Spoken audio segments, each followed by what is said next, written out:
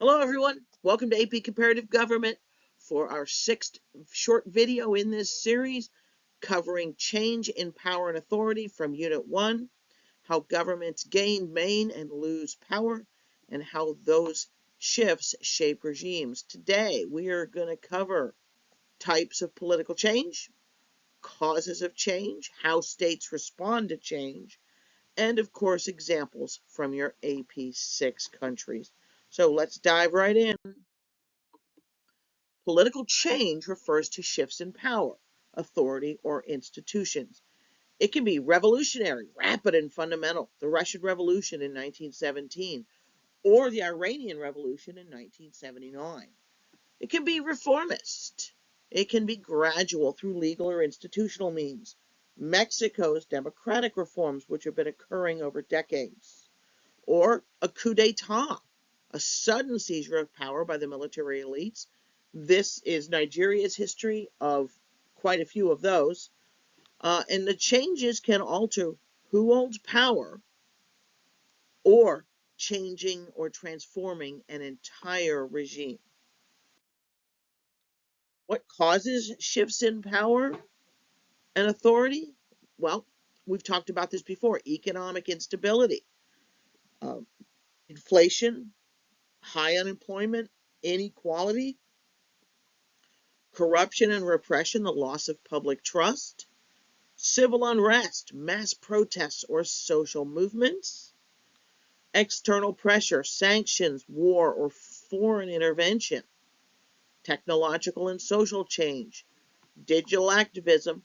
Think back to when Twitter helped the Arab Spring, youth movements. Uh, in Iran in 1979, the revolution combined economic frustration, political representation, and religious ideology. Governments respond to threats of authority in several ways.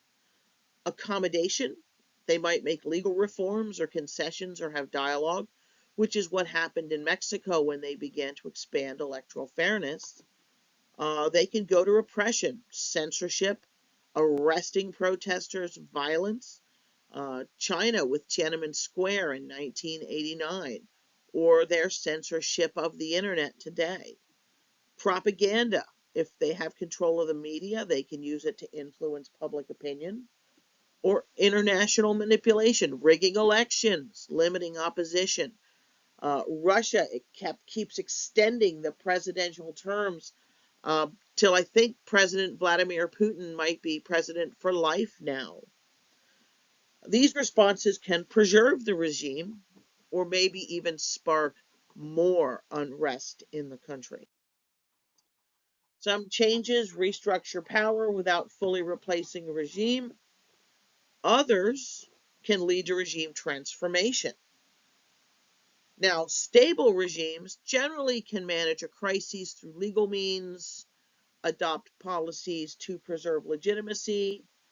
Unstable regimes generally face recurring protests, rely heavily on force or fear, and in the end may experience regime change if they can't do enough to preserve what they have. Example, the UK is a stable democratic regime and it will adapt to challenges, pass laws, have dialogue with people who are unhappy. Nigeria with their history of coups and reforms, so very unstable. And China maintains that authoritarian stability through control and performance. As long as they keep their economy growing, they keep their citizens under control.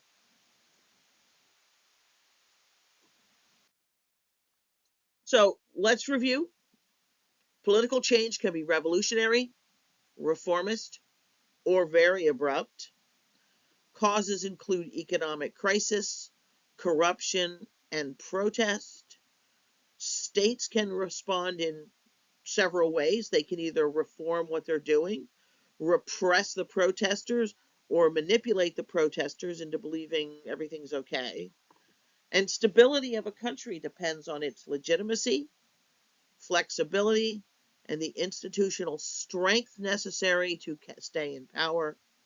And understanding how power and authority change helps you analyze the dynamics of the governance across our 6 nations. Next up, we'll be looking at 1.7, which is federal and unitary systems. Thanks as always for watching. Please like and subscribe for future videos in AP Comparative Government. Let's keep comparing.